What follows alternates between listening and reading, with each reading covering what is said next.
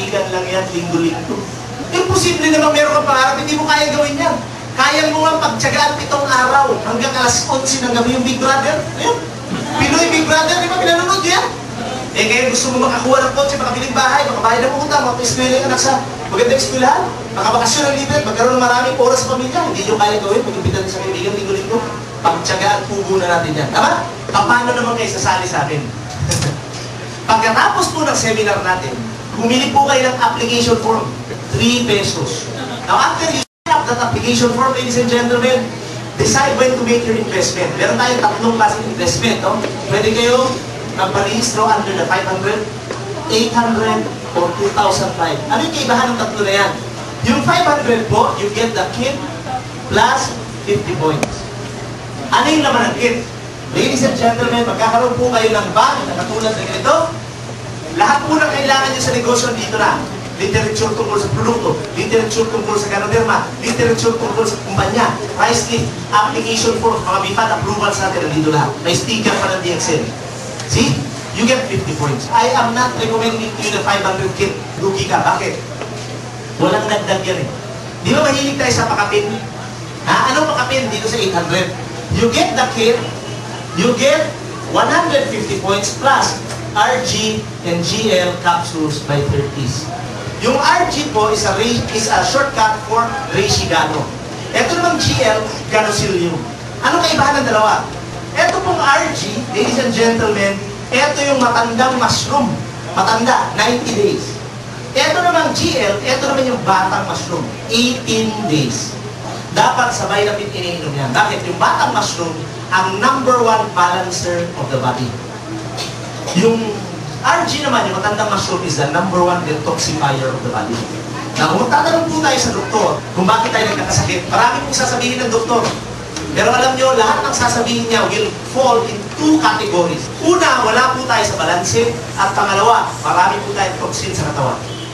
Alam nyo, kilala nyo yung mga taong wala sa balanse. Sino sila? Yung tulog nagtulog, pero antukin pa rin. Pero yung mga kaibigan, hindi natutulog, pero hindi inaantok. Wala rin sa balanse yan. Yung mga kaibigan yung taba na, pero parating gutom. Kain ng kain, di ba?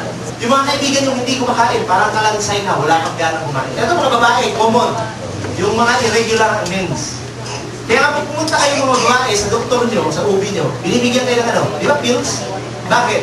Meron kayong hormonal imbalance. Now, we need yung batang mushroom. Bakit? Sabi ko sa inyo yung batang mushroom is the #1 balancer of the body. Anong binabalansin niya? Yung immune system natin. Ito yung lumalaban against diseases. Together with the brain, nagtatrabaho silang sabay para utusan yung ating mga body organs. What do you think will happen kung yung ating immune system wala sa balanse, palyado? Ano mangyayari? Yung body organs po natin will not function normally. Nang pagbalansyado naman yung immune system mo dahil doon sa GL natin, tama yung gagawin ng body organs. Pag tama yung gagawin ng body organs, normal ang iyong katawan, hindi ka magkakasakit. Ang pangalawang kasang bakit tayo nagkakasakit, toxins. Ano yun? Kahit na anong bagay na ayaw natin sa loob ng katawan natin, pero nasa loob ng katawan natin, toxins yun. Ano example? Usok ng sigarilyo, usok ng sasakyan, metal sa tubig, preservative sa dilata, betchin, insecticides, pesticide. Kahit na marami po tayong toxin sa katawan dahil sa ating kinakain, dahil sa iniinom natin, at saka sa ating hinihinga. Alam niyo ba na ang katawan natin normally detoxifies? Normal po na nagtatanggal ng toxin sa ating katawan. Bigyan ko yung example na alam niyo na. Alam niyo ba na pag nagkakaroon kayo ng muta, nagtatanggal ng toxin sa inyong mata? Alam niyo ba kung nagkakaroon kayo ng luga at saka tutuli, nagtatanggal po ng toxin sa inyong tenga? Kung kayo po ay may kulangot at saka sipon, nagtatanggal po ng toxin sa inyong ilong. Kung kayo po ay inuubo, hindi sakit yan, nagtatanggal ng toxin sa inyong baga. Kung kayo pinagpapawisan, nagtatanggal ng toxin sa balat nyo. Kung kayo po ay nilalagnat, hindi sakit yan, nagsisterilize ang katawan ninyo. Kung kayo nasugatan ng nagkananak, nagtatanggal ng toxin sa inyong laman. Kung kayo ihikitnis, kung kayo tumatae, yung inyong bituka, kung kayo sumusuka yung tiyan nyo. Now, sabi ng mga kaibigan ko, Osler, kung yung katawan natin regular naman pala nagtatanggal ng toxins, bakit nagkakasakit pa tayo? Kunyari, ang maximum capacity ng katawan mo to get rid of toxins, araw-araw, ganito lang kadami. Pero yung pumapasok po sa katawan ninyo, ganito kadami. Pag dumami ng dumami yung toxins at napuno yung katawan nyo, magkakasakit din. Ngayon, papatunayan ko sa inyo, totoo yung sinasabi ko ha. Yung mga kaibigan nyo nagka-high blood, kailan ba nagka-high blood? Nung bata pa sila o nung matanda na? Di ba naiipon yung toxin? So, kailangan natin ng assistant para ilabas yung mga toxin sa katawan. Ano yun? Yung matandang mushroom, yung RG. See? Now, ladies and gentlemen, binabalanse nung batang mushroom yung immune system. Normal ang body functions mo. Tinatanggalan ka ng toxins at cellular level. Ang lusog-lusog ng katawan mo ngayon, hindi ka kagad mahahawa sa sakit. Titiba yung tuhod mo, magiging maliksi ka ngayon, babata ka at hahaba ang buhay mo.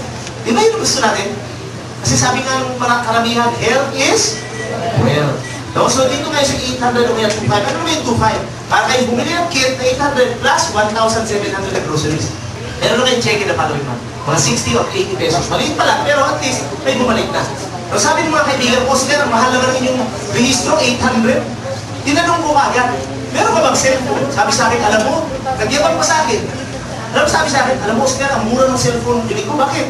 Nag-sale kasi. Magkano nga? 6,000. Magkano na may gastos mo sa load mo every month? 1,000 kasi mahilig ako mag-text.